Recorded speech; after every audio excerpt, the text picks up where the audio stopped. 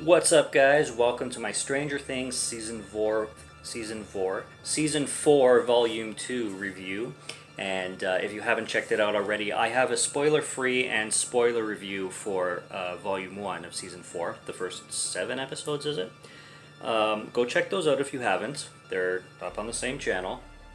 And this one, I'm only doing a spoiler review, first of all, because it's been already a bit since the episodes came out, because they came out July 1st.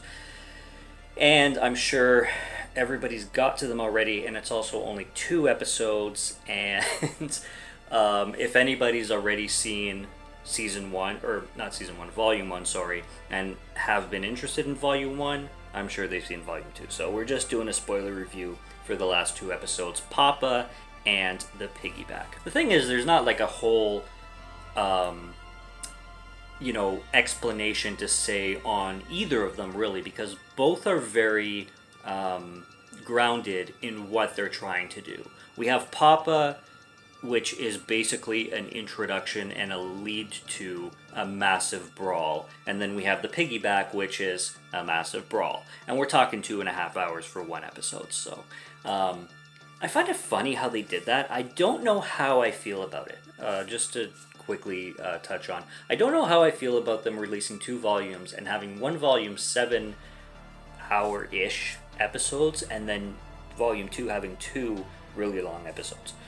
One an hour and 25 minutes or something, and then the other one an hour and or 2 hours and 30 minutes, which is a long ass episode. But I mean, there's films that long, so, and it was great. I had a really good time with these episodes. One thing actually that I thought was that season 4 was going to finish things off completely, and they did a good job with marketing in that way, because the Piggyback ends and it's a total cliffhanger for season 5. So we have more Stranger Things coming, which, depending on who you are, some people don't like it because the actors are starting to get past their high school years and they don't want to see more of it. And then there's others where, we need more Stranger Things and don't stop Stranger Things and have it go for 25 seasons. Everybody's different. But Papa was a cool episode. There's a lot of cool things that happen with Papa, especially the character Papa, who, I swear, you never know how to feel about this guy. There is no point in this whole 9 episodes that I was wondering, well, 8, because he dies in the episode 8 Papa,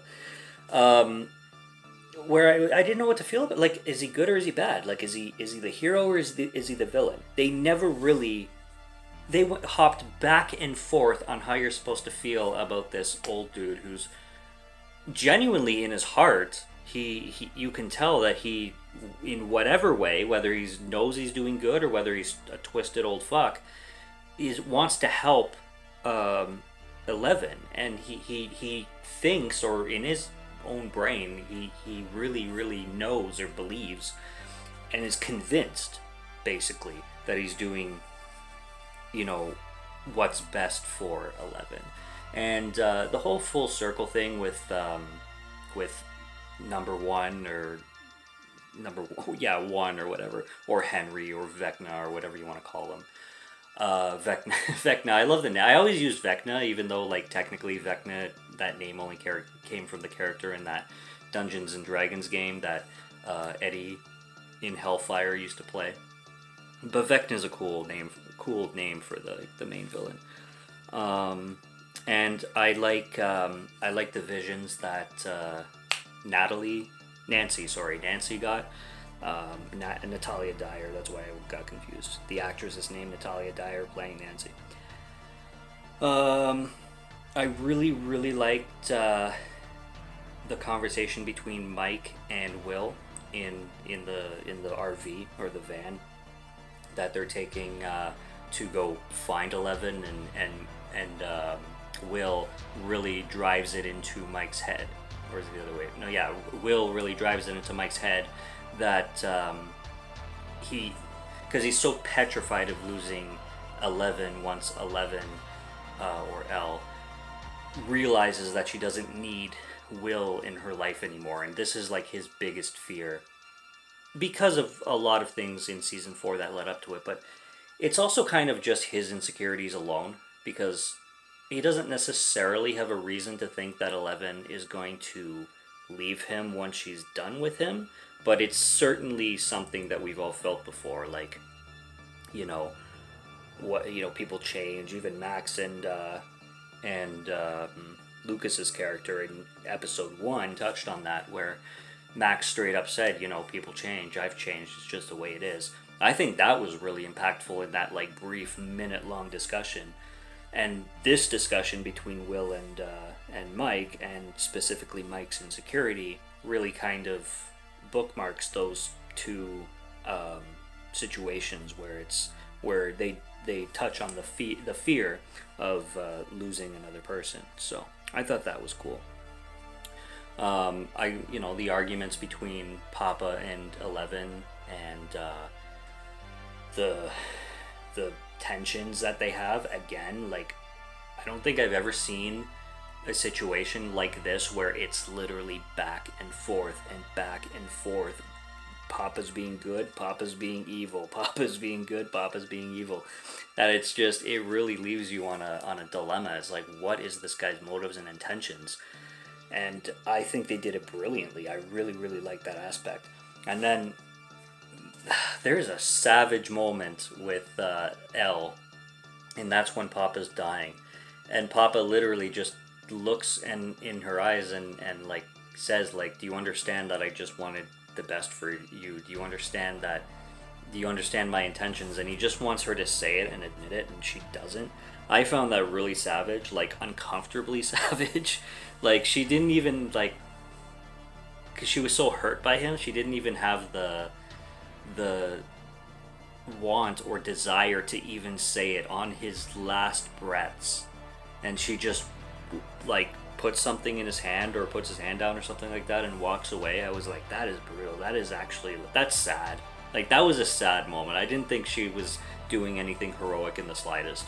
I think that morally she should have just said it and, like, understood, but you can see why she didn't. But at the same time, like, in my personal opinion, that was really savage to just leave him be, even if you don't agree with a single fucking thing he says. Just to have that black of a heart. And, like, Eleven, generally she's a pretty heartfelt person, so she must have, like, had some special kind of hatred to Papa in that moment, or in general, to just leave him to die like that, but without any closure whatsoever. So that was one hell of a savage moment. And that's basically the introduction to the piggyback, which is the massive episode. I like how they split off and decide to do their own things for the bigger picture of defeating Vecna. I think that's cool, even with the adults, with Hopper and let me get her name, the mom. What's the mom's name? I know her name. Is it Joyce? Yeah, Joyce. Like, what they're doing in Russia and their whole battle with their own monsters and what's going on over there in Russia. By the way, I liked a little fun fact that I discovered on this season, especially Volume 2, and this is a spoiler review, so I'm going to mention it. The sword that Hopper wields when he's having that huge epic battle with that monster is the same sword that Arnold Schwarzenegger used in Conan the Barbarian, I think that film is. And it's the same, like, I'm pretty sure it's the same sword that Arnold held. So the actor who plays Hopper, I'm blanking on his name, and I'm not even going to try to think about it. It's this, like, he was really proud that he got to, use that same prop, which would be absolutely fucking amazing. David Harbour is his name. There you go. David Harbour, who plays Hopper, and also played in Hellboy, the latest remake. Who, by the way, playing Hopper, especially here, he lost a shit ton of weight to do this character, and he can play tired really, really well. Though even he changes his voice and he changes his accent and mannerisms when he's speaking English. He speaks English most of the time, but he also learned Russian while he was in the Russian plot. And he just sounds different than he did from seasons 1 to 3. He's really good at playing that defeated kind of character and that worn out character. And I really, really appreciated how much effort he put into that. Really shows his acting chops and his dedication to the show. So that was huge. But yeah, again, I like how they all split up. You got Dustin, Steve, Robin, Nancy, and Eddie into the Upside Down. Eddie's epic. Like, he's in one season, and he's probably the best character in the show. Other than him, best male, easy. And then Sadie Sink's character, Max. Best female character. I loved Max. I like Max better than 11. Shoot me right now. Max is absolutely stunning. She's gorgeous. Sadie Sink is absolutely stunningly gorgeous. She's smart, she's funny, she's witty, she's a badass. She cares about everybody. She really wants to keep that team together, probably more than 11 does. 11 is more like she wants to take care of her own shit. Sadie cares about everybody. Max. The actress is Sadie. Max cares about everybody. And even her reconciliation with Lucas is phenomenal. She better live. That's all I'm saying. They really left it at a really gut-wrenching moment when they almost decided to kill her off, and I'm like, you so redeemed yourself by putting her in a coma or whatever she's in, because my god, I don't want to see Max removed from the show in any way, shape, or form. And not only do they do that, not only do they almost kill her off and put her into this coma thing, but even her last words are like, I'm not ready to die, and she's so terrified and so scared while Luke is holding her in his arms. And it's like, geez, do you really have to like put salt on the wound and twist the knife while you're at it? Like, Jesus Christ, man. I love Max's character in this show, and yes, I do love Sadie Sink. I'm really excited for the film coming up called The Whale, I think, with Brendan Fraser and Sadie Sink. And it's by A24. No, it's not A24. It's the same director as Mother and Mother ! With Jennifer Lawrence and Black Swan. So that should be an interesting film. Regardless, she's great in Stranger Things, and she's like such an important part of Stranger Things that I really don't want to see her go. Eddie's death, of course, the other great character in this show, was sad. I loved Dustin at the end of the episode talking to Eddie's uncle, because he was on a search mission for Eddie, and Eddie's basically missing. He hasn't been confirmed dead, and Dustin knows he died because he died in Dustin's arms. And he's telling his uncle like that Eddie was a hero, and Eddie is literally that incarnation of the misunderstood and misjudged character. And that guy who was the heart and soul of the Satanic Panic, right? And who everybody thinks is a devil worshiper and an evil kid. And he's one of the biggest heroes that you can get as a character. He grew. Like, his character development was insane. What they did to him alone. And I think his name is Justin Quinn, or I'm mistaken. It's Quinn. Something Quinn. Jimmy. Something Quinn. British actor. Again, he has to portray an American accent for Stranger Things, and he nails it. He's just so good. And I liked the last part of this episode too, where it was the aftermath of the whole earthquake, I think, where like the whole town of Hawkins began getting split apart and stuff like that. Vecna is a crazy villain. The very, very final attack on Vecna too, where Nancy has the shotgun, and this is at the same time where Hopper has the sword, and you have like 4 different situations going on at the same time. Murray's flamethrower, he's flaming all the fucking monsters in Russia down where the adults are, and then you got Nancy's shotgun, and the clock with the 4 chimes. I thought that was brilliant. I like how they utilized the slow motion when it came to this final episode. Really, really great stuff.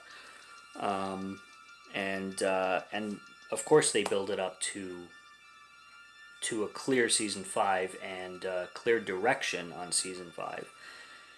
And with, one great character dead and one great character who we're left to not know the fate of. And I swear to God, they better not kill Max.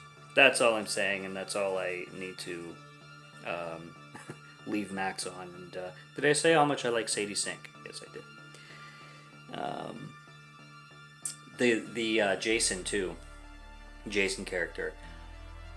I really liked. I think it was in Papa the scene where he's in the gun store when Nancy's buying the shotgun and he interrogates her, and that whole really really tense conversation was really great. And his and Lucas's fight scene was really really well choreographed. As well choreographed for a fist fight as that house siege that I mentioned in the last review, where like in volume 1 the house was being raided. This is before everybody decides to hop on the van and go to California, I think, where the house is, like, just the whole camera angles and the way the camera moves, they did just as good of a job during that fist fight between Jason and Lucas. And Jason's determination, even though he's in the wrong for his determination, he's so determined anyway, and he has that in his head, and he truly believes that Eddie is evil. And to play devil's advocate, there are people like that. Like, when somebody, like, not everybody who is doing the wrong thing believes they're doing the wrong thing, just like Papa. That's why I was saying that, 11 could have had it in her heart to understand the situation and at least give Papa forgiveness, if anything. Even though Papa was a horrible person to her, she just didn't see it in that moment to forgive, and I think she should have. And I really think she should have. I think her just not having that heart to do so was a little off for her character, but it is what it is. But it's I lost my train of thought. It's the same thing with the situation with Jason. Yeah, he really believes that Eddie is an evil person, and he's really, in his heart and soul, trying to protect everybody. He wants to rid the evil, even though this evil is just something he put in his head, and it's about a fucking board game. You know what I mean? Like, but in the 80s, Satanic Panic was real. Like, you grew your hair long and you listened to Ozzy Osbourne and you played Dungeons and Dragons. That was equivalent to raising demons and casting spells on people. It was what it was. It was an era, and it's very, very accurate. So I don't know. I think they really ended this season off with the best bang that they possibly could have. It's definitely my second favorite final episode. It doesn't beat season 3's final episode. There's something about season 3's final episode with the splitting of everybody and that goodbye that they just utilized and directed and shot and wrote so freaking well that I just can't get it out of my head. I remember specifically watching that last episode and just really, really feeling it. And the Hopper's death, which you thought he died at the end of season 3, but comes back and it turns out he didn't die. It was such a well done episode that I have to still give my preference and my fist bump to the ending of season 3. But this one, I mean, they really put the budget into this one clearly. Like, I'm sure this episode alone cost more than half as the entire previous 8 episodes. Probably not, but maybe that's an exaggeration. But I mean, I'm sure this one, like, they put everything into this one. It's very, very obvious that they did. Oh fuck, the guitar scene, Master of Puppets. I think a lot of people, I'm not like the biggest Metallica fan in the world or anything, but I think that was an epic moment for probably the majority of people watching this episode, is when Eddie busts out playing, and especially when he says this one's for Chrissy from episode 1. I thought that was really, really beautiful. And they utilized that solo really well. I've seen that solo talked about a lot, so that was definitely epic. Murray's hilarious as always. I already mentioned the flamethrower scene, which I really liked, and I do like everything that they do with the sensory deprivation in the pizza shop. I love like the goggles that Eleven puts on with the pizza goggles, and she's lying in that sensory deprivation water with like a ton of salt. It was really funny.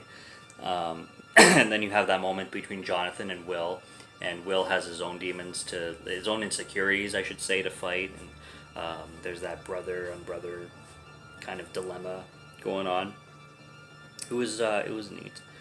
I found on YouTube before making this review, I found like a theory that involves Will and Mike's discussion in the van that I discussed at the beginning of this review, that kind of suggests other things. I don't know how I feel about that theory. I'm not going to mention it because it's not my review, it's not my theory, so I'm just saying that I found one on YouTube. I'm sure you can find it by putting in Mike and Will's van discussion, Stranger Things theory. But there's a perspective that I found from a guy which suggests a different kind of relationship between Mike and Will, if you know what I mean.